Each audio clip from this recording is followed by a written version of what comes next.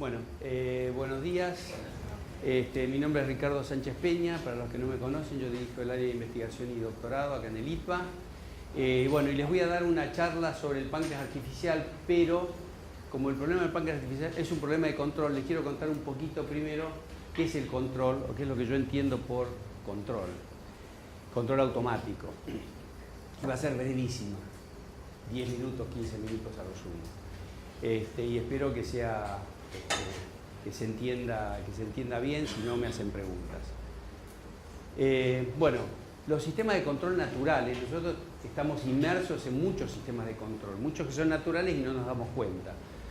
Por ejemplo, la regulación de temperatura corporal, no nos damos cuenta, pero el cuerpo hace acciones para que nosotros mantengamos una temperatura entre 36 y 37 grados, y lo hace bastante bien. Bueno, ahora voy a explicar después cómo lo hace o qué mecanismos se utilizan, y vamos a desmenuzar eso a los conceptos básicos. El caminar también es un problema de control. Nosotros queremos caminar en línea recta y entonces los ojos, supongamos tenemos una línea imaginaria trazada, los ojos me dicen por dónde voy y eso le genera una acción a las piernas y las piernas siguen más o menos derecho. Y si uno no está en un estado avanzado de alcoholismo, puede más o menos seguir la línea recta. A veces los actuadores o las piernas no obedecen demasiado y entonces uno hace medio un zigzag, pero si uno está consciente y los actuadores funcionan bien y la conexión con el cerebro, uno puede caminar en línea recta. Andar en bicicleta es otro ejemplo. Entonces, en todos estos mecanismos hay constituyentes básicos, digamos. Por ejemplo, jugar al tenis. Yo siempre voy a tener un objetivo. En uno es caminar en línea recta, en otro será mantener la temperatura corporal, en otro será andar en bicicleta. Algunos me doy cuenta y tengo que hacer una acción consciente, en otros no. Pero siempre el que actúa va a ser el cerebro. Entonces, tenemos un objetivo. Por ejemplo, en el caso de jugar al tenis, yo quiero poner la pelota en el ángulo. Por ejemplo, tengo un actuador que es el brazo. El brazo es el que va a actuar sobre el sistema. El sistema es la raqueta con la pelota en realidad. El sensor son los ojos, digamos, el tenista tiene los ojos enfocados a ponerlo acá y la pelota es la que va a llevar la acción adelante y después esto se va a realimentar y va a tratar a través de las sucesivas jugadas de tratar de ponerlo en el ángulo. Ese es un sistema de control, es decir, está formado por un sistema, un actuador y un sensor. Está presente en muchas aplicaciones, es decir, hay de todo y estos son sistemas de control artificiales. Lo que yo voy a hablar acá es de sistemas de control artificiales. Lo que yo mencioné anteriormente son los sistemas de control naturales, que están formados por un actuador, que en el caso de caminar serían las piernas, un sensor, que serían los ojos, y un sistema. En el caso del sistema de la caminata, el sistema es todo el cuerpo. Y el que actúa, el que genera ese algoritmo de control o ese procedimiento para recibir la información de los ojos y mandarlo a las piernas, es el cerebro. El cerebro es el que ejecuta el algoritmo de control. Eso en los sistemas de control naturales. Los sistemas de control artificiales, el cerebro está reemplazado por una computadora. Entonces ahora les voy a hablar un poquito de eso. Está presente en muchas aplicaciones de los sistemas de control y muchas veces nadie se entera de que hay sistemas de control. Y por eso se llama la tecnología fantasma. Salvo cuando hay fallas, y fallas graves, por ejemplo, como en el caso de el cohete del Ariane, que falló porque falló una parte del sistema de control y entonces un proyecto de varios cientos de millones de dólares se vino abajo por un sistema de control. Entonces, bueno, acá está, no sé si se va a poder ver porque no me acuerdo si traje el...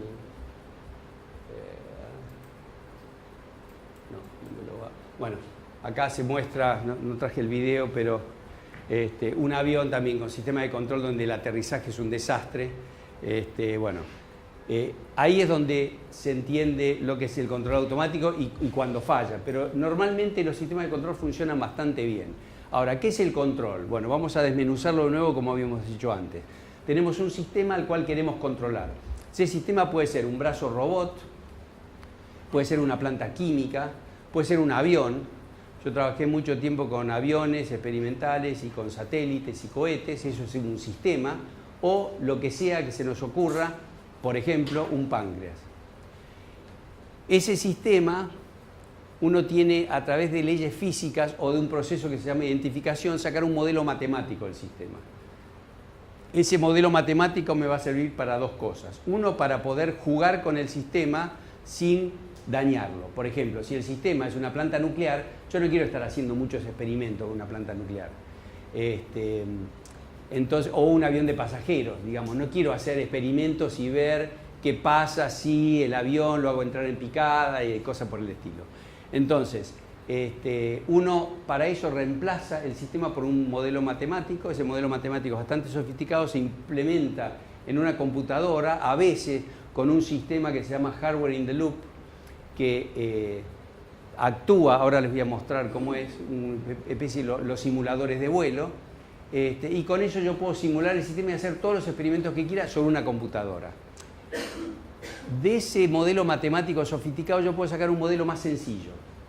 Y ese modelo más sencillo yo voy a diseñar un controlador que tiene en cuenta ese modelo del sistema físico y que va a tener que controlar al sistema físico. Y después lo que se hace es lo que se llama cerrar el lazo, es decir, el sistema físico va a tener algunas variables que yo quiero controlar. Por ejemplo, si es un brazo robot, yo voy a querer controlar la punta del brazo, digamos que puede tener alguna herramienta. Si es en una fábrica, puede ser que quiera meter un tornillo en algún lugar. Si es un sistema de precisión, por ejemplo, tiene un bisturí y tiene que hacer una operación de córnea, por ejemplo. Entonces, en un caso y en otro, los niveles de precisión van a tener que ser muy diferentes. Entonces, ese sistema va a tener esa variable, que es la posición de la punta del brazo robot, que yo quiero controlar. Y para eso voy a tener un controlador. Esto lo va a comparar con cuál es mi objetivo. Yo quiero poner en una determinada posición la punta, lo comparo con ese objetivo y la diferencia, es decir, el error que yo tengo, se lo va a mandar un controlador. El controlador no es ni más ni menos que un algoritmo, un procedimiento que me va a decir, bueno, si me da esto, generar lo otro, y así. Y esto va a actuar sobre los motores del brazo robot, de cada uno de los vínculos, y esto va a hacer que esto se mueva hasta que este error sea prácticamente cero. Y entonces lo que hace es finalmente, de acuerdo a la precisión de los motores, de acuerdo a la precisión del sensor de posición, etcétera, va a tener mucha precisión en la ubicación del bisturí, por ejemplo.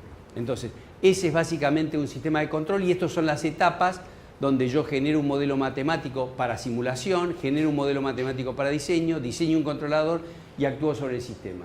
Y esto se actúa ya físicamente. Esto puede ser una computadora, puede ser un microprocesador, lo que sea, un PLC, y esto actúa sobre los actuadores del sistema, que en este caso, si es un brazo robot, serán motores, y esto se evidencia si esto funciona o no funciona de acuerdo a los sensores, que serían, por ejemplo, sensores de posición o lo que sea.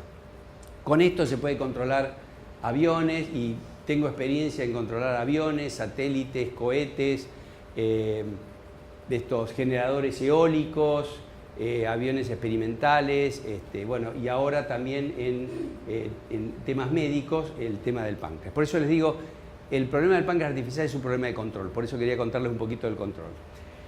Hay tres etapas del problema, una que es el experimento, que es el sistema real, el brazo robot con todo toda la parte física que lo representa. Una simulación, que es lo que le dije, un modelo matemático simulado del sistema, que ya no es igual al sistema, ya tiene ciertas diferencias. Esto es para análisis, es decir, acá tengo el simulador. Y por supuesto, después, para diseñar el controlador, trabajo en el campo teórico, por supuesto también con computadoras. En mi época era a mano o con regla de cálculo o con calculadoras programables. Después ya me fui modernizando y bueno, ya trabajamos exclusivamente con computadoras, es decir, sin una computadora uno no es nadie. Así que, y esto ya es una aproximación de esto también. Es decir, que entre esto y esto hay bastante incertidumbre. El área mía en control automático se llama control robusto, que es controlar sistemas de los cuales no conozco perfectamente bien el modelo matemático. que son todos los sistemas, porque uno nunca conoce bien el modelo matemático del sistema. Nunca se puede representar exactamente. Algo por el estilo. Un modelo de simulación, un modelo teórico, un modelo de simulación y la realidad, si esto fuera así. Básicamente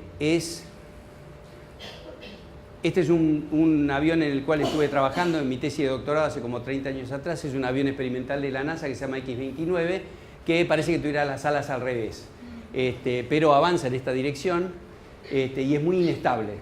Justamente como es muy inestable, es muy maniobrable, entonces hace maniobras muy rápidas, porque cuando uno sale del ángulo de ataque cero, se va. Al revés de los aviones de línea, cuando sale del ángulo de ataque cero, vuelven a la posición de equilibrio, por eso tienen las alas así. Si los aviones de línea están hechos para ser estables, esto está hecho para ser inestable. Entonces había que controlarlo, es mucho más difícil controlar esto. Había 3 computadoras en paralelo y con una votación de 2-1, es decir, ganaban los que votaban igual, y iba muy rápido. El piloto en realidad estaba medio de adorno, pero todavía no existían los UAVs en esa época, o estaba en etapa muy embrionaria. Estamos hablando del año 87-88. Bueno, supongamos, esta es la realidad, es la aplicación real. Después yo acá puedo ir a una simulación computacional, que es lo que les hablaba antes, y la simulación puede ser más que una computadora. Puede ser una computadora conectada con la cabina de mando del avión, por ejemplo. Entonces, yo tengo una simulación un poquito más realista de lo que va a pasar, pero con la ventaja de que no voy a romper un avión, no voy a matar a un piloto, y puedo estrellar esto tantas veces como se me dé la gana hasta que yo pueda entrenarme y ver cómo funciona. Y para diseñar un controlador, el piloto puede actuar acá y decir al diseñador del controlador, bueno, esto está muy lento o muy rápido, demasiado rápido, o me vibra mucho, o lo que sea. Después, por supuesto, de acá pasamos a diseñar el controlador. Ups. Esto está andando muy lento. Bueno. ¿Qué pasó acá? La tecnología tiene sus misterios. Bueno, no me lo pone. Acá supuestamente hay un montón de ecuaciones matemáticas que representan esto. Por eso no lo pone. Claro, sí. Ya me lo filtró, dijo no. Está bien. Ecuaciones diferenciales, qué sé yo, que son más que nada dibujos, pero que representan el modelo matemático, y de ese modelo matemático pasamos al sistema. Entonces se diseña en el ámbito matemático, se pasa a la realidad y se se hace iteraciones hasta que esto realmente funciona en la realidad. Y por último, en todo esto hay un enfoque ingenieril y un enfoque matemático. El enfoque ingenieril es, yo hablo de teoría aplicada o aplicación de la teoría. Uno puede tener una teoría, en general en matemáticas, yo me relacioné mucho con matemáticos, más mi doctorado es prácticamente la mitad matemática y la mitad ingeniería. Uno puede generar una teoría y después buscar una aplicación y decir, bueno, con esta teoría a ver a qué se la puedo aplicar. Y en general, cuando pasa eso, las cosas no encajan. Acá no se lee el chiste, pero dice, la belleza de esto es que es solamente de importancia teórica y no hay ninguna manera de que esto sea de uso práctico. Entonces, claro, cuando uno lo enfoca así, las cosas no encajan. Muchas veces sí encajan o encajan mucho tiempo después. Yo siempre hablo de la transformada de Laplace. En el área de control automático, la transformada de Laplace es como el ABC, es como saber sumar y restar. Y Laplace, en 1700 y pico, no tenía ni la menor idea que esto iba a servir para algo. Esa frase, una frase parecida la dijo un matemático inglés que se llama Thomas Hardy. Hardy, exacto. Que él se jactaba de haber hecho matemática completamente inútil. Exactamente, Hardy, sí, el de los espacios de Hardy. Claro, exacto. Los tipos no tienen idea, no le interesa, pero está bien, digo, está bien que eso también exista, aunque uno no sepa cuándo se va a usar. Después, yo como ingeniero trato de enfocar de esta manera. Yo parto de la aplicación y a partir de la aplicación genero la teoría. Y cuando yo parto de la aplicación, yo sé exactamente qué es lo que quiero resolver. Y entonces ahí parto de la teoría y entonces genero algún tipo de solución de este estilo. Y esto me ha pasado mucho en la práctica, en el área espacial, particularmente con problemas de orientación de satélites, cohetes y demás, he tenido estas experiencias que son además muy satisfactorias cuando uno lo resuelve, no cuando uno no lo resuelve. Así que bueno, eso es básicamente el enfoque que vamos a darle acá. Entonces ahora pasemos al tema del páncreas artificial. El tema acá.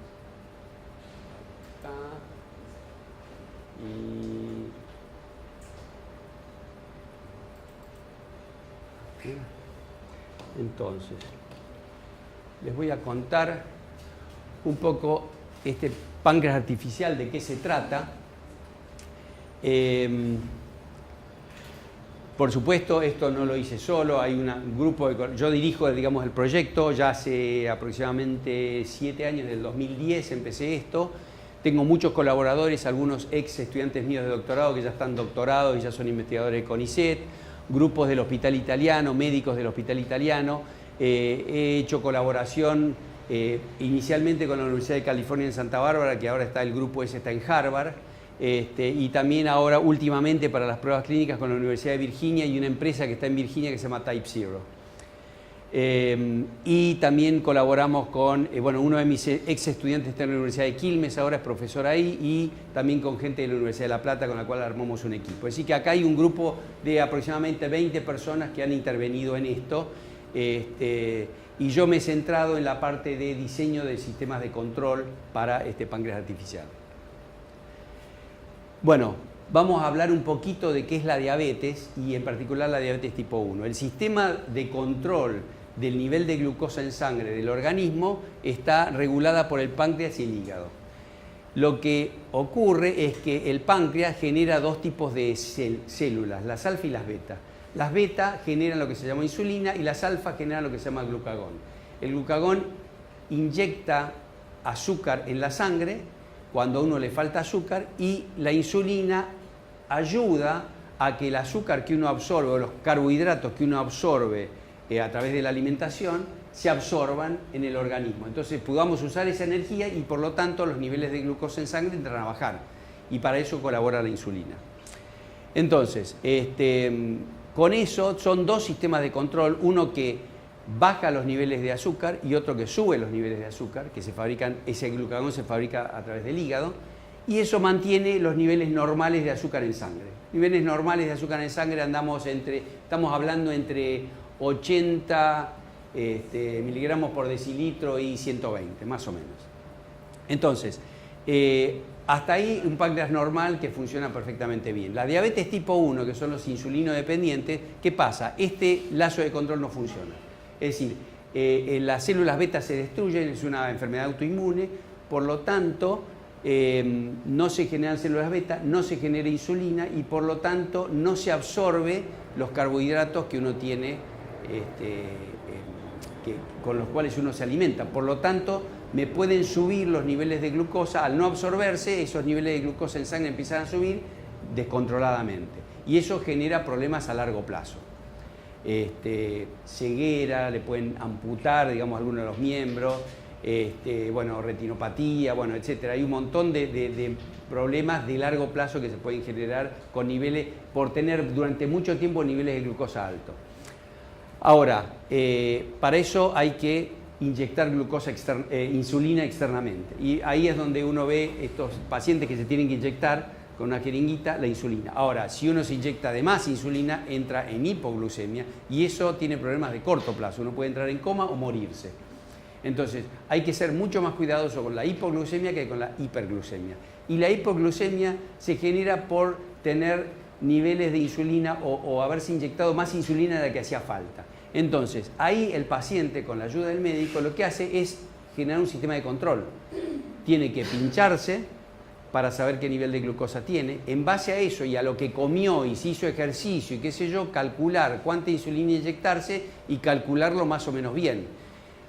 Además hay otros problemas que ya les voy a mostrar ahora. Entonces, este es el problema de la diabetes tipo 1 y esto es lo que queremos solucionar con un sistema de control. Diabetes tipo 1, una descripción un poco mayor, se llama diabetes juvenil, aparece a temprana edad. Es más, yo empecé en este problema por el nieto de un colega mío que tenía 3 años, ahora ya creo que tiene 10, y que era insulino dependiente y que ya de muy temprana edad tenía este mal, que es una enfermedad autoinmune, se destruyen las células pancreáticas, las células beta. Evidentemente hace falta desde el principio de la enfermedad para prevenir todos estos males del mediano y largo plazo, como la deshidratación, fallas renales, amputaciones, ceguera, coma. Hace falta un tratamiento donde el paciente, con la colaboración del médico, puede inyectarse la insulina. En el mundo, bueno, es un mal pandémico, hay más de 400 millones de personas alrededor del mundo que tienen diabetes. En la Argentina hay del orden de 3 millones de personas con diabetes, de las cuales el 10% tiene diabetes tipo 1. Es decir, la diabetes tipo 2, que aparece con la edad, el páncreas genera células beta, insulina, pero la insulina es como resistente, no actúa tan bien o no se genera en la suficiente cantidad. Es decir, es un problema que aparece muy gradualmente y a partir de la edad de 50, 60 por ahí. La diabetes tipo 1 aparece, como les dije, a temprana edad y ya directamente no hay células beta, no hay insulina. Entonces, en general, el 10% de los pacientes de diabetes tienen diabetes tipo 1. En el caso de Argentina son del orden de 300.000. Entonces, es un mal en el cual conviene tratar de hacer algo. Y hace mucho tiempo atrás, hará unos 20 años, ya empezaron a trabajar algunos grupos. Los grupos más importantes son, yo estoy relacionado con estos grupos, estos de la Universidad de Santa Bárbara, que ahora están en Harvard, la Universidad de Virginia, la Universidad de Cambridge en Inglaterra y la Universidad de Padova en Italia. Nosotros ahora tenemos contactos con todos ellos. ¿Cómo sería el mecanismo de control para solucionar esto? Bueno, esto es el páncreas artificial. El páncreas artificial no es algo donde uno opera al paciente y le mete un páncreas, no es eso. Es dos dispositivos que ya están inventados, que ya existen comercialmente, que son un monitor continuo de glucosa y una bomba de insulina. Estos están conectados al paciente a través de vía subcutánea, es decir, en la capa de grasa subcutánea va una agujita muy pequeña y muy finita que prácticamente no le molesta al paciente, se lo conecta y con eso esto se conecta con un dispositivo que puede medir los niveles de glucosa, pero son niveles de glucosa subcutáneos, que no son los mismos que los intravenosos. Y por este otro dispositivo, acá esto tiene un tubito donde va insulina y se puede inyectar también por un dispositivo así subcutáneo, se le puede inyectar insulina al paciente. Se le inyecta insulina subcutánea que después va al torrente sanguíneo. Hasta acá todo bien. Tenemos el medidor de glucosa, no hace falta que el paciente se esté pinchando todo el tiempo. Con esto y con un aparatito que ahora les voy a mostrar, uno puede medirse los niveles de glucosa cada 5 minutos más o menos. Y con esto yo puedo comandar esto e inyectarme el nivel de insulina que me hace falta. Pero igual sigue haciendo falta el asesoramiento del médico y el control del paciente. Es decir, igual tengo que saber cuánta insulina me inyecto en base a la glucosa. Entonces, eso se soluciona con un algoritmo de control. El algoritmo de control tiene que tener en cuenta el modelo matemático de la dinámica de equilibrio insulina-glucosa en un organismo, que es un modelo matemático complicado, 19 ecuaciones no lineales, complicadas, digamos, pero en base a eso, y con algunos otros problemas que van a aparecer, que les voy a contar ahora. ¿Los parámetros son propios de cada paciente? Sí, ahora voy sobre ese punto, porque cada paciente es diferente, cada paciente cambia, la edad, cambia. Sí. Sí. Entonces, sé que la insulina que inyecta es lo que se conoce como insulina rápida, sí. La insulina básica que se necesita para vivir, o sea, que es otro tipo de insulina. Es insulina rápida, exactamente. Sí. Corrige los valores inmediatos. Exactamente. Inmediatos manontropo, porque estamos hablando de retardos de 15 minutos, media hora, y para un sistema de control un retardo de tiempo es letal. Les doy un ejemplo de un retardo de tiempo que no es letal, pero que es molesto. Yo siempre lo pongo a mis estudiantes de grado, el problema del duchante. El duchante con el calefón lejano. Yo tengo un calefón lejos y entonces el duchante está muy nervioso porque está apurado y entonces tiene que regular la fría y la caliente. Entonces se pone muy nervioso y quiere el agua caliente, abre el agua caliente. Entonces empieza a salir, sale fría, mete más agua caliente, sigue saliendo fría, porque claro, el calefón está lejos. Cuando le llega agua hirviendo, entonces empieza a poner el agua fría. y sigue saliendo caliente, abre más el agua fría, qué sé yo. Y cuando entonces apaga el calefón, tardó 10 minutos en llegar y entonces sale agua fría. Entonces el tipo pasa de congelarse a quemarse y no llega a regular. ¿Por qué? Porque hay un retardo de tiempo muy grande entre lo que él actúa y lo que pasa en la realidad. Entonces, los retardos de tiempo son letales para esto. Y acá tenemos retardos de tiempo, tanto en el sensor como en el actuador. Estos son los dispositivos. Esta es la bomba de insulina. Acá tiene un tubito con insulina. Esto es el monitor de glucosa. Tiene una especie de dispositivo donde voy midiendo la glucosa. Todo esto va conectado, como les dije antes, a través de vía subcutánea en 2 puntos del paciente. Esto se cambia una vez por semana, más o menos, porque la agujita si no se tapa. Pero es mucho mejor esto que estar pinchándose 9 o 10 veces por día. Entonces lo que falta es lo que conecta esto con esto. Y ahí está el algoritmo de control. El algoritmo de control va alojado en una computadora. Por simplicidad usamos un celular. Entonces en este celular va a ir alojado un algoritmo de control que cuando recibe por Bluetooth las mediciones del nivel de glucosa, actúa acá y me dice exactamente cuánta insulina hay que inyectar. Entonces este sistema es el que cierra el lazo, que es el lazo que faltaba en el organismo, que es el lazo que se cierra a través del páncreas. Por eso se llama páncreas artificial. Es un poco pomposo el nombre páncreas artificial porque el páncreas tiene muchas otras funciones, no solamente esta. Pero bueno, lo llamaron páncreas artificial, quisieron hacer marketing, no sé, pero bueno, funcionó. Ahora todo el mundo lo conoce con el proyecto páncreas artificial. Entonces, lo que cierra el lazo, en vez de ser el cerebro del paciente y el cerebro del médico y el asesoramiento, es este sistema, que tiene muchas ventajas. Primero, resuelve ecuaciones diferenciales que el paciente no resuelve. Segundo, actúa cada 5 minutos y mide cada 5 minutos. El paciente no está cada 5 minutos mirándose la enfermedad. Es más, hablando con uno de los pacientes me dijo, si yo me pudiera olvidar que tengo esta enfermedad, yo no quisiera medirme nunca más el nivel de glucosa. Entonces, la idea es hacerlo totalmente autónomo y que la computadora se encargue de esto, el algoritmo de control se encargue de esto y el paciente no tenga ni que actuar, salvo en casos de alarma. Este es el sistema que implementamos acá. ¿Cuáles son los objetivos? Como les dije antes, lograr la mayor autonomía posible del paciente, es decir, que no esté ni contando qué comidas ni qué ejercicio está haciendo. Estabilizar y mejorar los niveles de glucosa en sangre. Obviamente, es decir, que el paciente tenga niveles de glucosa, que vamos a lograr niveles de glucosa mejores que los que logran los pacientes y los médicos, porque tenemos más herramientas, simplemente por eso, no porque seamos mejores. Y evitar, por supuesto, las hipoglucemias, las diurnas y las nocturnas, que son justamente las más peligrosas, las que pueden hacer entrar al paciente en coma. Es decir, que el paciente se olvide que tiene diabetes tipo 1. Esa sería la idea. Se olvide, lo pongo entre comillas porque nunca se va a olvidar, pero va a estar más tranquilo, y eso nos dijeron justamente los pacientes de las pruebas clínicas. No podían creer que durante 36 horas no tuvieran que hacer nada, que de todo se encargara la computadora. Sí. Como todo sistema de control automático, en este caso, ¿qué fuente de energía utilizaría para que esto se mantenga? Sí, bueno, estas son las fuentes de energía acá que tenemos, el celular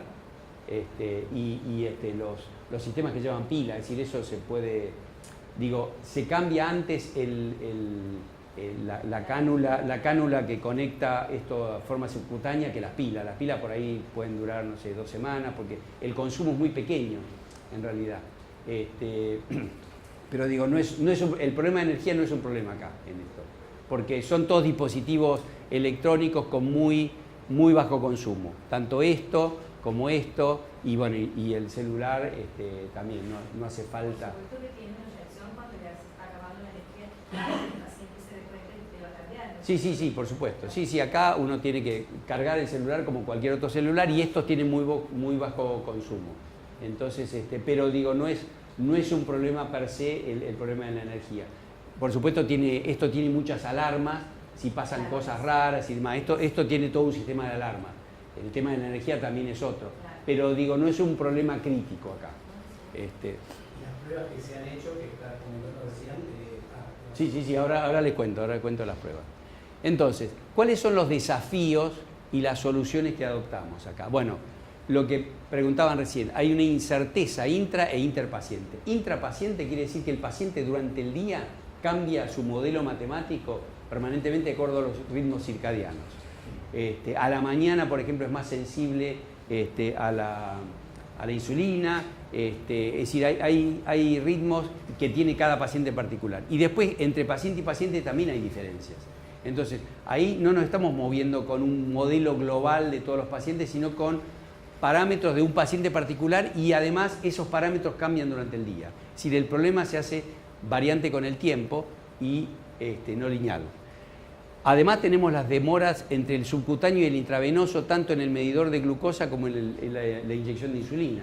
Es decir, inyecto insulina a nivel subcutáneo, pero hasta que llega al torrente sanguíneo pueden tardar 15 minutos, hasta que empieza a hacer efecto pueden tardar 15 minutos o media hora. Y la medición que yo tengo subcutánea de glucosa es una medición que ya ocurrió hace 15 minutos o media hora en el torrente sanguíneo. Eso exactamente. Entonces ahí uno tiene que tomar recaudo. Si los sistemas están diseñados, es decir, uno puede tener todo esto en cuenta. Es decir, el control robusto tiene en cuenta incertidumbres en los modelos, tiene en cuenta demoras y tiene en cuenta dinámicas no lineales y tiempo variantes. Y todo esto se puede resolver con el sistema de control. Por supuesto, no se puede resolver todo perfecto. Es decir, si yo tengo una demora no voy a poder acelerar eso, a menos que construya una máquina del tiempo. Digo, no se puede ir contra la física, no se puede engañar a la física con la matemática, básicamente. ¿Los modelos que vos usás terminan siendo analíticos o probabilísticos? O sea, ¿trabajas con rangos de valores? Hay dos enfoques. Yo trabajo con modelos analíticos, pero con incertidumbre. En vez de trabajar con un modelo matemático, trabajo con un conjunto de infinitos modelos matemáticos, entre los cuales está el sistema real. Es decir, yo controlo infinitos sistemas dinámicos, entre los cuales asumo que está el sistema real. Cuanto más chiquito, siempre son infinitos, pero digamos, el conjunto, si es más chiquito, voy a tener mejor control sobre las cosas. Pero hay cosas como las demoras que no voy a poder, contra eso no voy a poder hacer nada. Lo bueno de este problema es que la dinámica también es muy lenta.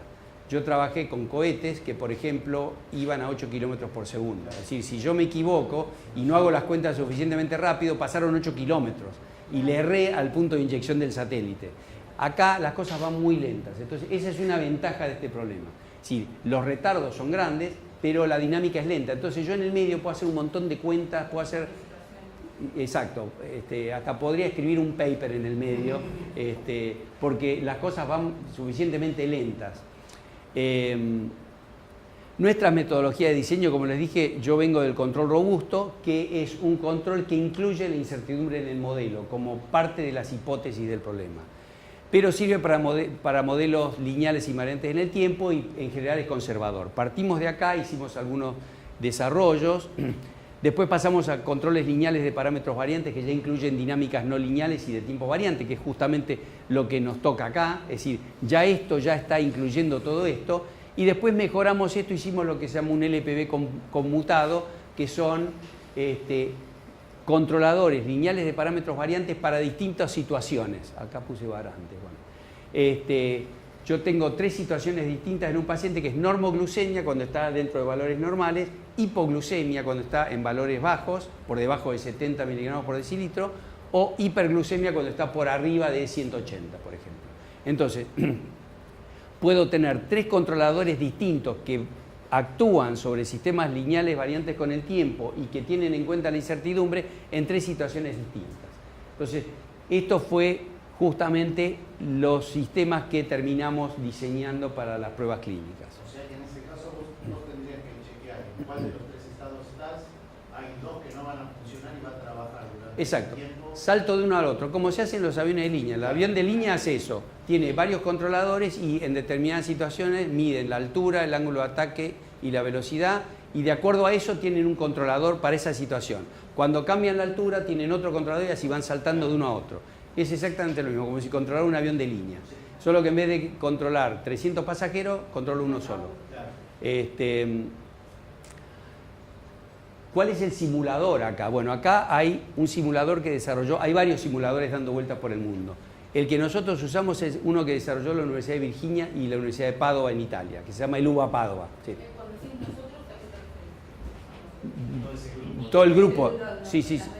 El grupo con el que trabaja. Básicamente los que somos ingenieros, digamos, los médicos los involucramos en las pruebas clínicas, pero los ingenieros, digamos, yo arranqué con esto, primero arranqué solo, después incorporé un estudiante de doctorado, después así fui armando el grupo y creciendo de a poco desde el 2010. Bueno, ya algunos ya graduados, tengo otra estudiante de doctorado ahora que está terminando dentro de un par de años, que también está en este tema, es decir, fuimos agrandando un poquito el grupo. Pero el grupo de ingenieros empezamos trabajando con este simulador. El simulador tiene dos versiones, uno con 30 pacientes y, como dijeron bien, diferencias. Hay 10 pacientes que son chicos, 10 adolescentes y 10 adultos. Nosotros estamos trabajando por ahora en adultos. Yo el año que viene voy a empezar a trabajar con niños en el Garrahan, pero por ahora trabajamos con adultos que son más fáciles en algún punto. Y lo saben, los que son padres saben que los adultos son más fáciles que los chicos y que los adolescentes. Esta versión se vende comercialmente, sale de $500, $600, uno lo puede comprar y con esto podemos empezar a probar y a hacer cosas. Es un modelo muy completo, se basa en una tesis de MIT de la década del 80, le hicieron algunas mejoras y demás, y esto es lo que funciona. Ahora, hay otro simulador que es más completo, que tiene 100 pacientes, 100 y 100, el simulador de 300 pacientes. Y esta versión completa no se vende. Y para probar controladores ahí hay que pagar fortunas, mandar el controlador por mail, lo prueban una vez y después mandan los resultados. Y cada una de esas pruebas puede salir $5.000, $7.000, cosa que no teníamos. Entonces, por suerte, el director del grupo de Santa Bárbara fue compañero mío en Caltech, nos vimos en una conferencia, me dijo, mandame a alguien, qué sé yo. Bueno, cuestión, les hago la versión corta. Empezamos a trabajar con ellos y nos dejaron probar nuestros controladores en el simulador completo. Y empezamos a trabajar con el simulador completo de 300 pacientes, con los 100 pacientes adultos. Esto es la prueba antes de entrar en las pruebas clínicas con pacientes reales. Es decir, y esto además está aprobado, este simulador aprobado por la FDA, que es el equivalente de la ANMAT nuestra, para saltear pruebas en animales. Yo tengo colegas que hicieron pruebas en animales y es costosísimo y lleva mucho tiempo. Nosotros queríamos saltearnos eso. Entonces, probando con estos simuladores, nos salteamos la prueba en animales y pasamos directamente del simulador a los pacientes. Tenemos algunos controles ensayados en este simulador. Bueno, este controlador en H infinito, que es el primero, el de control robusto. Todas estas cosas están publicadas en revistas internacionales. El control LPB lo probamos en el Congreso Mundial de IFAC, que se hizo en 2014. Probamos otros controles conmutados, tenemos un par de publicaciones acá. Y finalmente probamos el ARG, que se llama internacionalmente Automatic Regulation of Glucose, que no tiene nada que ver con que es el algoritmo argentino. Es puramente casual. Y lo presenté ahora en junio en Francia en el Congreso Mundial. ¿Ese es con el tercer tipo de modelos, con los LPB? Con los LPB conmutados, que de hecho hicimos LQG conmutados, que es una versión un poco... yo tengo en el grupo algunos conservadores, que son más jóvenes que yo, pero que son mucho más conservadores. Entonces me dijeron, no, hagamos un pasito atrás, hagamos algo un poco más sencillo para la programación en el celular. Entonces, en vez del LPB, que es un poco más complicado, hicimos un sistema, un controlador que se llama LQG, que es un poquito más sencillo. Eso es todo. Pero son de estos conmutados. Tenemos dos situaciones, uno con hiperglucemia y otro con normoglucemia. Perdón, uno con hipo y con normo. Y hicimos, luego de esta prueba que hicimos en el simulador completo, primero en el simulador comercial, después en el completo, hicimos dos pruebas clínicas. La primera, el año pasado, en noviembre de 2016, lo hicimos con todo el sistema de hardware y software, pero con el controlador de la Universidad de Virginia. ¿Por qué? Porque ese controlador ya fue probado en Estados Unidos y en Europa. Entonces, la primera prueba para probar todo el sistema, el protocolo médico que hemos desarrollado, que por supuesto tuvo que pasar por ANMAT, esto fue nuestra primera prueba. Todavía no usamos nuestro algoritmo. Esta prueba se hizo con 5 pacientes en 36 horas, que ahora les voy a mostrar. Y después de eso, una vez que eso estuvo bien, pasamos de nuevo por ANMAT, hicimos la prueba con nuestro controlador, el ARG, en junio, hace relativamente poco, en junio del 2017, que también fue muy exitosa. Ahora les voy a mostrar algunos resultados parciales. ¿Cómo voy de tiempo? Estamos bien. Para hacer esto hay muchas versiones de algoritmos. Hay muchos que hacen... Yo, digamos, entre los objetivos que les planteé, les dije que lo que yo quería era darle mayor autonomía al paciente. Y mayor autonomía quiere decir que el paciente no tenga que decir cuándo va a comer ni cuánto va a comer. El paciente normalmente dice, voy a comer ahora, me voy a comer tantos gramos de carbohidratos, 50, 60, 100, demás, y entonces en base a eso se inyecta la insulina y demás. Se da un bolo de insulina antes, bueno, vos lo conocés mejor que yo, antes de la comida, entonces eso se llama predicción, digamos, con predicción, o lo que se llama en términos de control el feed forward, digamos. Yo tengo ya una idea previa de lo que voy a hacer. Mi idea sería que los pacientes no tengan que hacer eso, que el paciente coma cuando se le da la gana, la cantidad que se le da la gana, y no tenga que hacer nada, y que el algoritmo se haga cargo. Bueno, para eso hay mecanismos de detección de comidas. Entonces, el mecanismo de detección de comidas lo que hace es, en base a los niveles de glucosa, tengo un sistema que es un filtro, lo que se llama un filtro de Kalman o algo así, digamos, un estimador, digamos, y con ese estimador yo puedo estimar cuándo el paciente comió y más o menos la cantidad que comió. Entonces, esto es lo que estoy mostrando acá. Acá come el paciente, yo estoy estimando el nivel de glucosa en la primera fase del estómago. Entonces, esto es los niveles de glucosa en la primera fase del estómago cuando come. Inmediatamente entra ahí glucosa y este es el estimador. Esta línea azul de acá es lo que hace el estimador. El estimador está retrasado más o menos 20 minutos, media hora. La línea punteada que es la azul. La línea punteada no es ninguna estimación. Ese es el valor real de la glucosa. Estamos haciendo esto, por supuesto, con el simulador completo, ¿no? Entonces, este es el valor real de la glucosa en la primera fase del estómago y este es el valor estimado.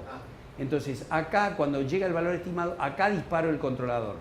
Acá, es decir, yo 20 minutos o media hora después de que comió, me doy cuenta de que comió y entonces empiezo a actuar el controlador. Y hago actuar el controlador en la parte más agresiva porque es donde sube los niveles de glucosa y yo tengo que agresivamente meter más insulina. ¿Y cómo fue que usaste el filtro de Kalman? Bueno, tenemos un modelo de este tipo de dinámicas y en base a esa dinámica diseñamos un filtro de Kalman para ese efecto.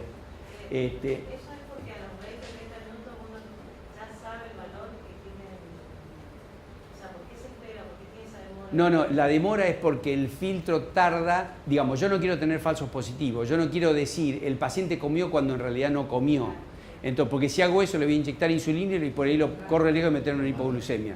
Entonces, prefiero tomarme más tiempo y que el estimador, igual diseñamos este estimador para el paciente más sensible, porque hay muchos pacientes y entre los 100 pacientes hay algunos pacientes patológicos que no son pacientes reales, pero que a uno lo ponen para ponerlo a prueba. Diseñamos en base a ese paciente patológico que es súper sensible. Entonces, si lo resolvemos para ese paciente, lo resolvemos para el resto. Entonces hicimos algo de ese estilo. Pero preferimos tomarnos el tiempo y no tener falsos positivos. Es decir, anticipar que hay una comida sin que el paciente lo anuncie, cuando en realidad no la hubo. Eso sería un error craso. Entonces, tenemos esta demora que forma parte de las cuentas que hace el estimador y demás, ¿no? El sistema de control es básicamente esto. Tenemos este es el algoritmo del ARG, tiene el control, el conmutado LQG que les dije antes, tiene un mecanismo que esto es lo que el aporte que hizo la gente de La Plata, un mecanismo que se llama SAFE, que también eligieron las siglas del SAFE adrede, una capa de seguridad que mide lo que se llama la insulina a bordo. Cuando el paciente se inyecta insulina, la insulina no hace efecto inmediatamente y se va acumulando insulina que está activa, pero que todavía no actúa, no está actuando. Si uno le sigue inyectando, que es lo mismo que el duchante, si yo le sigo dando y metiendo insulina, en algún momento toda esa insulina activa va a empezar a actuar una hora después y me mete al paciente en hipoglucemia, que es lo que pasa muchas veces con los casos postprandiales. Es decir, después de la comida, el paciente se dio un bolo, se le dio un bolo muy fuerte, quedó mucha insulina a bordo, por ahí se empieza a subir sus niveles de glucosa, se inyecta más insulina y cuando eso hace efecto lo manda por debajo de 70 y el paciente entra en hipoglucemia. Entonces, nosotros tenemos también un estimador de la insulina a bordo y entonces podemos saber cuánta insulina todavía está activa y entonces en base a eso tener un mecanismo de seguridad que me diga tenemos mucha insulina activa, no inyectes más insulina. Entonces eso actúa sobre eso actúa sobre el sistema de control. El sistema de control me está diciendo, mete más insulina, y este me dice, no metas porque tengo mucha insulina a bordo, y eso me controla y me evita que el paciente entre en hipoglucemia. Nosotros cuidamos más la hipoglucemia que la hiper. La hiper tiene efecto a largo plazo, la hipo tiene efecto a corto plazo, y si al paciente le pasa algo, bueno, es terrible. Entonces, al sistema de control vos lo alimentás con el valor de la glucosa. Claro, lo único con lo que alimentamos a nuestro algoritmo de control es con los niveles de glucosa subcutáneos que medimos a través del medidor continuo de glucosa. Y exactamente. Y lo único que sale del controlador es qué nivel de insulina tengo que inyectarle al paciente. Eso es todo. Es decir, es una entrada y una salida. ¿Cada cuánto se pincha? Cada no pinchamos. No. Esto actúa cada 5 minutos. Mide y actúa, 5 minutos. Cosa que el paciente jamás va a hacer, ni quiere hacer además. Ningún paciente quiere estar... Y además, estamos hablando de 24 horas al día, es decir, a la noche también. Una Sí. pregunta, digamos, cambiando el lugar donde el sensor toma la muestra, Sí. ¿no se puede modificar el tiempo de demora? ¿No es totalmente independiente? En general no, se va a modificar un poquito, pero no va a influir sobre el sistema de control. El sistema de control es bastante robusto en ese sentido y, digamos, con pequeñas diferencias entre demoras no pasa nada. Bueno, básicamente este es el sistema, actúa sobre la bomba sobre el paciente se le mide el nivel de glucosa y el nivel de glucosa actúa acá. Y esto es un detalle sobre el algoritmo SAFE, que bueno, que no voy a dar más detalles sobre eso. Estos son valores con el simulador completo, con los 100 pacientes este es el promedio, la línea roja central es el promedio y la otra es la dispersión de los pacientes. Como verán, acá le dimos, estos son los 100 pacientes con una comida, la comida se nota acá, cuando aparece la comida aumentan los niveles de glucosa. Esto en un organismo normal está bien también, es decir, yo al principio como buen controlero, quería clavar los valores todo el tiempo en un nivel. Me dijeron, no, vos no tenés ni idea de medicina. Me tuve que tomar un curso de fisiología para darme cuenta que eso no ocurre ni siquiera en un organismo normal. El cuerpo no actúa así. El cuerpo sube los niveles de glucosa, baja, pero el tema es, mientras esto esté poco tiempo por arriba de los niveles, estamos hablando de 180, mientras esto no llegue a 250 y esté poco tiempo, bueno, después eso no influye tanto. Entonces, bueno, pero acá fuimos muy conservadores. Esto podría estar corrido más para abajo, pero acá corríamos el riesgo de meter, esto es 70, de meterlo en hipoglucemia. Entonces preferimos esta situación que una situación donde acá baje y se acerque mucho a la hipoglucemia. Entonces, estos son los niveles de insulina que se inyectan. Acá, un poquito después de la comida, aumenta el nivel de insulina que se inyecta, pero fíjense que acá, si el paciente no anticipa la comida, la insulina actúa después. Lo que hace el paciente en general es mucho mejor, actúa antes, porque sabe cuándo va a comer. Yo lo que quiero es que el paciente no diga ni sepa cuándo va a comer, que coma cuando se le dé la gana. Entonces, el compromiso que tengo es que evidentemente ese control no va a ser tan bueno como el que hace él, porque él tiene una anticipación de la comida que yo no puedo saber, a menos que tenga algo sobre el cerebro del paciente y pueda saber en qué momento, o no sé, estamos pensando en hacer mediciones, ahora que hay sensores para todo, en las glándulas salivales, algo que pueda anticipar que nos daría un mejor control sobre los pacientes. No, por supuesto. Estamos hablando de adultos. Sí. Y con los niños es mucho más importante que no tenga que anticipar, porque los chicos se olvidan y los adolescentes también. No le dan mucha bolilla al mes. No, claro. Esto está orientado, justamente por eso queremos que haya más autonomía en el paciente. Esto es unos gráficos que se utilizan normalmente para ver, estas son la zona de hiperglucemia de 110 a 400, esta es la zona de hipoglucemia. La zona ideal es la A. La zona verde todavía es segura y estas son las zonas peligrosas. Acá estoy con muchas hiperglucemia y muchas hipoglucemia. Acá es cuando tengo algo así, que hay muchos pacientes de tipo lábil que tienen subidas y bajadas, una tipo montaña rusa, y entonces, bueno, entran acá. Son 100 casos.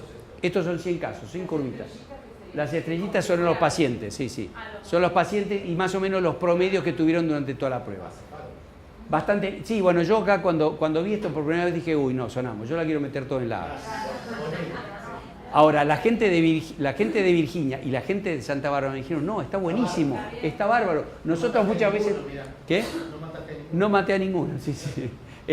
No, me dijeron, está muy bien, porque claro, como nosotros cuidamos más, somos más conservadores con las hipoglucemias, nos metemos más acá arriba. Es decir, yo prefiero tener hiper que hipo. Entonces, estamos más acá arriba. Si hubiéramos estado acá, estaríamos cuidando más las hiper que las hipo. Pero bueno, estamos acá, esto todavía es una zona segura. Hay un paciente acá que se nos fue, pero este es estos pacientes patológicos. Lo que hicimos con este paciente fue, que es lo que podemos hacer con un paciente particular, es sintonizarle los niveles de insulina a bordo. Lo sintonizamos, fíjense, este es el paciente el paciente 90, creo que es el número 90, sí, el 90. Este es el paciente 90. ¿Qué hicimos? Cuando tratamos en particular, porque ahí estamos tratando 100 a la vez, cosa que también se puede hacer con un simulador y no en la realidad. Entonces, al paciente 90, ¿qué hicimos? Le regulamos la insulina a bordo máxima para saber cuándo cortar y entonces, en vez de tener la línea roja y entrar en hipoglucemia, tiene la línea azul y lo salvamos. Entonces, eso es muy sencillo de resolver. Así que acá podríamos meter a todos en esta zona sin que haya ningún paciente que se vaya. Bueno, acá están curvas también de cuando el paciente come, la anticipación de comida, el corte por insulina a bordo, bueno, son curvas, los niveles de insulina que se inyectan, esto también es uno de los simulaciones con los 100 pacientes, con un paciente en particular, también con comidas de 50 gramos de carbohidrato. Este es un paciente en particular, el número 1, en el simulador. Y acá esto es lo mismo también, pero sin anticipación, usando el algoritmo de detección de comida sin anticipar comidas. Como les dije antes, en mi grupo hay gente que es más conservadora que yo y me dijo, no, anticipemos comida, porque nos da miedo, es la primera vez que vamos a probar, a pesar de que ya hicimos las pruebas el año pasado con el otro algoritmo.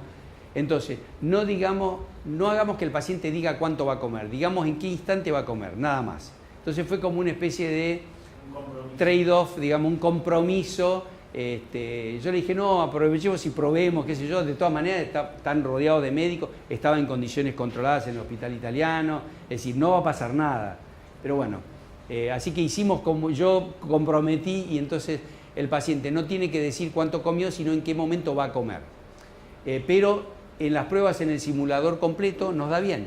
Esto nos da bien porque no hace falta anticipar comida, esto es sin anticipar comida.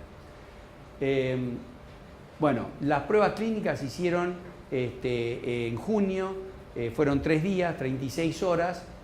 Primero los pacientes se tomaron las medidas las 36 horas en la casa con el tratamiento normal que ellos se hacen, pero ya con la bomba y el monitor de glucosa puestos, es decir, con los mismos que van a usar en las pruebas clínicas. Ya se los pusimos antes de la prueba clínica, ellos se controlaron, teníamos todas las lecturas, por supuesto, nos queda a nosotros en la computadora, y después los mismos 5 pacientes los ingresamos un viernes a la noche al hospital, nos pasamos un fin de semana bomba, hasta el domingo a la mañana, sin dormir. Después les voy a mostrar una foto, lo contento que estoy después de no dormir durante 36 horas. Pero ingresamos los pacientes un viernes a la tarde y los dimos de alta el domingo a las 10 de la mañana. Entonces estuvimos... Sí, exacto. Y se le dio 5 comidas, fueron la cena de ese mismo día. Como verán, las comidas son bastante frugales, los pacientes nos odiaron. Igual los pacientes estaban muy agradecidos porque nos dijeron, no puedo creer estar 36 horas sin tener que ocuparme de esto. Así que estaban muy agradecidos a pesar de que les dimos de comer poco, que los tuvimos ahí, internados, medio aburridos en algún punto.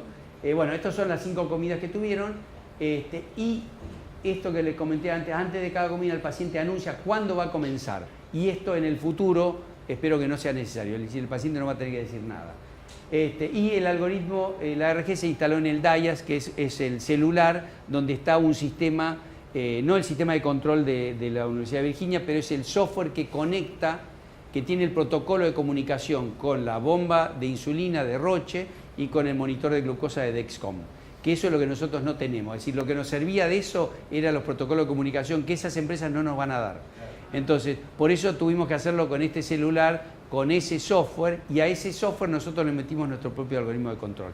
Pero el protocolo de comunicación, si no tuviéramos ese protocolo, tendríamos que hacerlo a mano. Cada 5 minutos alguien que mida el CGM, meta el valor en la computadora, corre el controlador, mete el valor en la bomba de insulina y hace cada 5 minutos. Es decir, guardias de... que eso lo hicieron en España, hacia mano. ¿Actividad física hubo ahí? No. No. En la prueba anterior con el algoritmo de Virginia sí hubo actividad física. Hicimos creo que 1 kilómetro adentro del hospital. Todos caminando. Hicimos nosotros también actividad física. Porque además nosotros estamos en la sala de médico y comimos pizza, empanada, que yo, así que en las 36 horas terminamos así.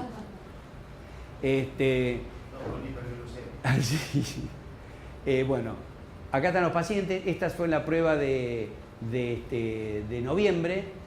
Acá están algunos de mis colegas. Este es un médico argentino que está en Virginia, que fue el que apoyó mucho lo de hacer las pruebas clínicas y que nos prestaran el DIAS, porque este DIAS no se vende. Algunos de los médicos. Bueno, estoy yo, uno de mis 2 estudiantes, él ya está doctorado, esta chica está trabajando conmigo, y acá los 5 pacientes en la prueba de junio del 2017. Estas son las curvas que teníamos en un monitor que teníamos en la sala de médicos durante esas 36 horas. Acá hay algunos semáforos para chequear todos los pacientes. Cuando el semáforo está en verde quiere decir que está todo bien, el paciente... Y las flechitas están planas, quiere decir que no está ni subiendo ni bajando la glucosa y que el paciente está estable. Esto sacamos lo que tenían semáforos en verde, esto fue casi todo el tiempo, estuvo bastante bien. Una de las pacientes que tiene diabetes lábil se sacó una foto con esto, se quiso sacar una foto al lado de la curva porque dijo, nunca en mi vida tuve la curva tan plana de glucosa, estaba fascinada. Y estos somos nosotros después de 36 horas sin dormir.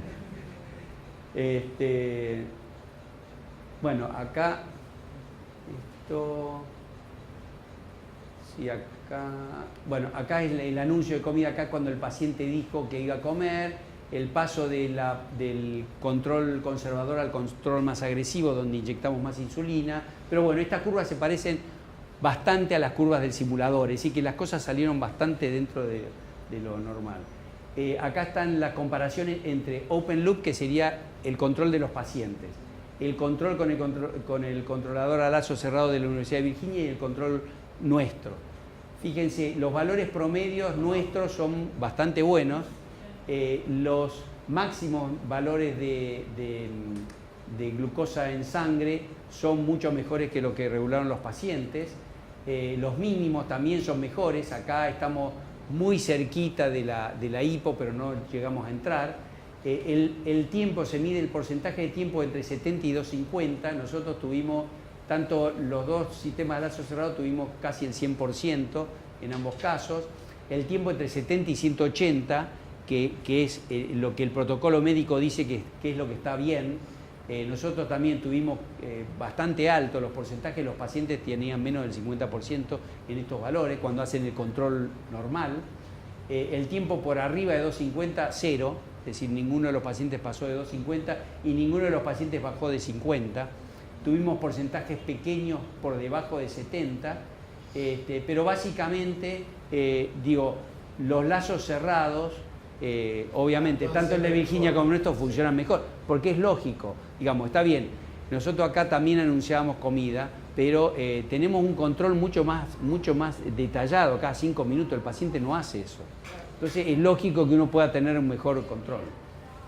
Bueno, estas son curvas más en detalle, valores más en detalle, y estas son las curvas de la segunda noche. En la primera noche tuvimos un problema que una de las bombas falló, y uno de los pacientes empezó a subir, entonces ahí tuvimos que cambiar, teníamos 7 bombas que las donó Roche, porque cada bomba sale como $7.000, así que nos donó 7 bombas, entonces cambiamos una bomba, pero en la segunda noche no hubo ninguna falla de bomba ni nada, y fíjense, todos los pacientes estaban entre 70 y 180.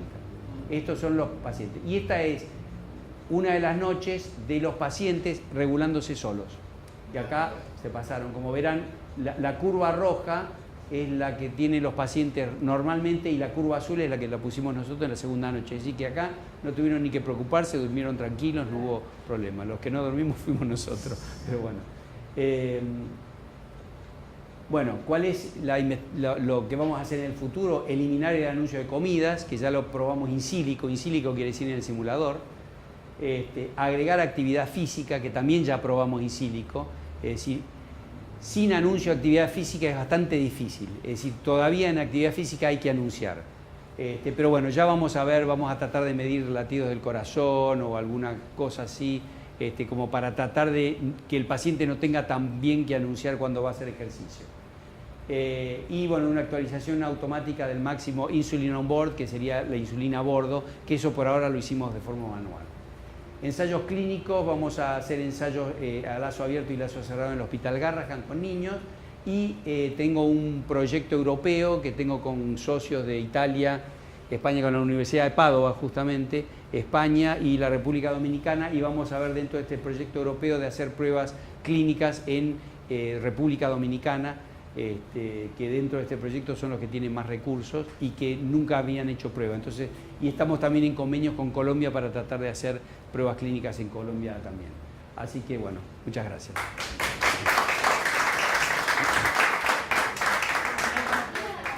¿Cómo? No, por supuesto. ¿Podría llegar a aplicarse en la diabetes gestacional? Sí, por ahora no tenemos esto ni para diabetes tipo 2 ni para los otros tipos de diabetes. Es decir, está muy... La gestacional solo se trata con insulina, porque los hipoglucemiantes orales son teratogénicos. Sí, no, eso sí.